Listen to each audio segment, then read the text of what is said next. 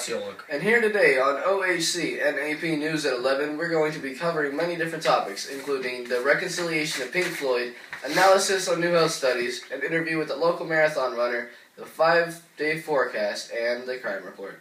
Michael, why don't you start us out with Pink Floyd?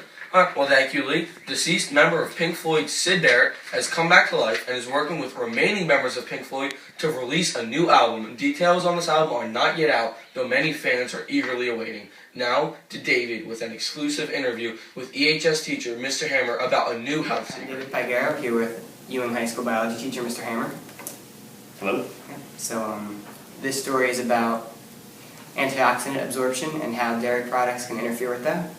So when I was over the summer, I would have a fruit smoothie with milk and antioxidant fruits in it.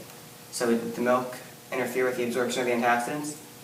So according to the research, it seems that milk can in fact impair the ability of antioxidants. And for those of you who don't know, one of the reasons why you hear about antioxidants so much and why they're such a hot topic as far as the health industry goes is that the metabolic reactions that take place in your body produce these reactive oxygen species, or ROS types of chemicals, these free oxygen radicals. And we think that as these things accumulate in your blood, they contribute to organ damage over time. And in fact, one of the major theories about why old people end up getting sick and dying is that over time they accumulate all this stress and damage from these oxidants. And so that's why having antioxidants in your diet are such a great part of eating a normal healthy thing. And when we think about antioxidants, a great source of them is berries. So fruit smoothie would be a really great way to do that.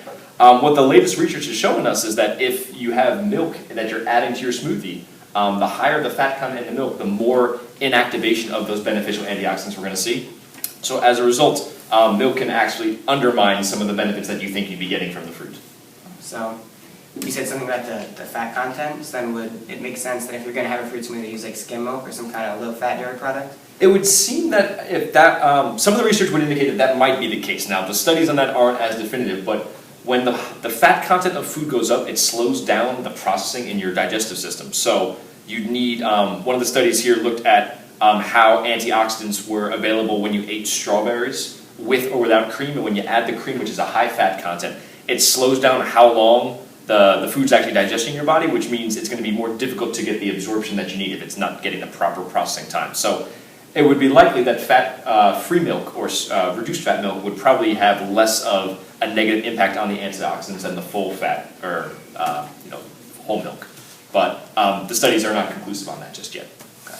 And then with another study about chocolate, dark chocolate versus milk chocolate, and then even just having dark chocolate with milk, were the findings similar in those areas? So the dark chocolate in and of itself has antioxidants that milk does not have. So one of the tricks that we tell ourselves when we eat chocolate is that it's good for us because it has antioxidants. But there is some truth that antioxidants are beneficial.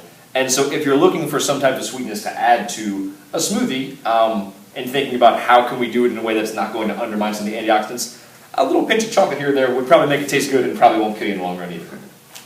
Thank you very, very much. You're welcome. Wow, David, that was a really interesting story.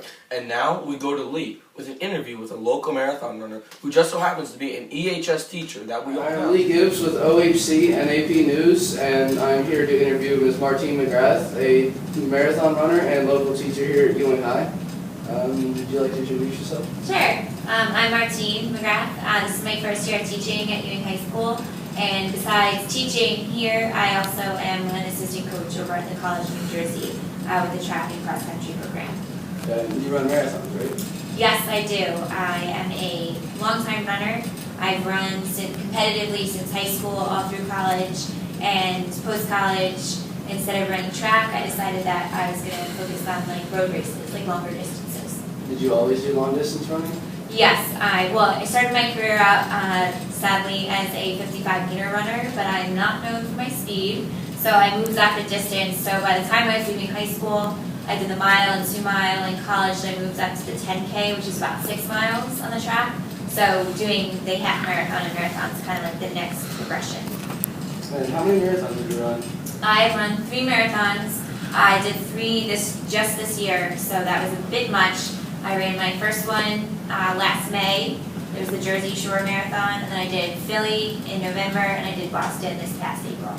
And what was your Boston experience like with the Boston Marathon? So this Boston Marathon, I ran obviously 2013. This was my first Boston Marathon, and the race itself was amazing.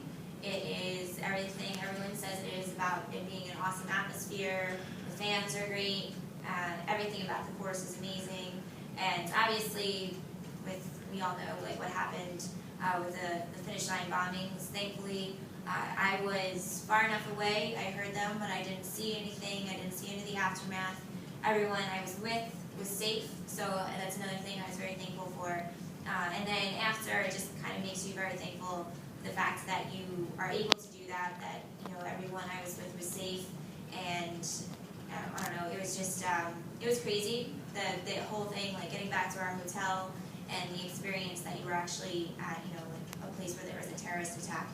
That was interesting, and it took a while for me to process that. But overall, I would say it was a great experience. The race itself, just it was sad what happened afterwards. Now to David. Hi, I'm David Pigero here with your 5-day forecast. On Monday the 20th, it's going to be a little bit rainy with a high of 75. Next, on Tuesday, it's going to be mostly cloudy with a high of 83. On Wednesday, we'll see isolated thunderstorms with a high of 84. On Thursday, scattered thunderstorms with a high of 78. And on Friday, showers with a high of 74. Next, we go to our in-the-field reporters, who just discovered a new species of human. Hello, ladies and gentlemen. We are here today at the residence of a local man who is not just a human, but he's a subhuman. Scientists today have called this man a pigman. He is the only one of his kind, and we're going to try to get an interview on him of his daily life and what he does in his spare time. Watch out, though. He is very easily startled. We do not want to scare him away.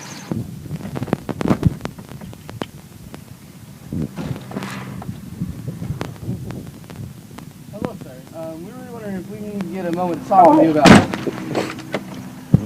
Well, like I said, they are easily startled, but we will try again in a few days to see if we can get a word with him. Until then, have a good day.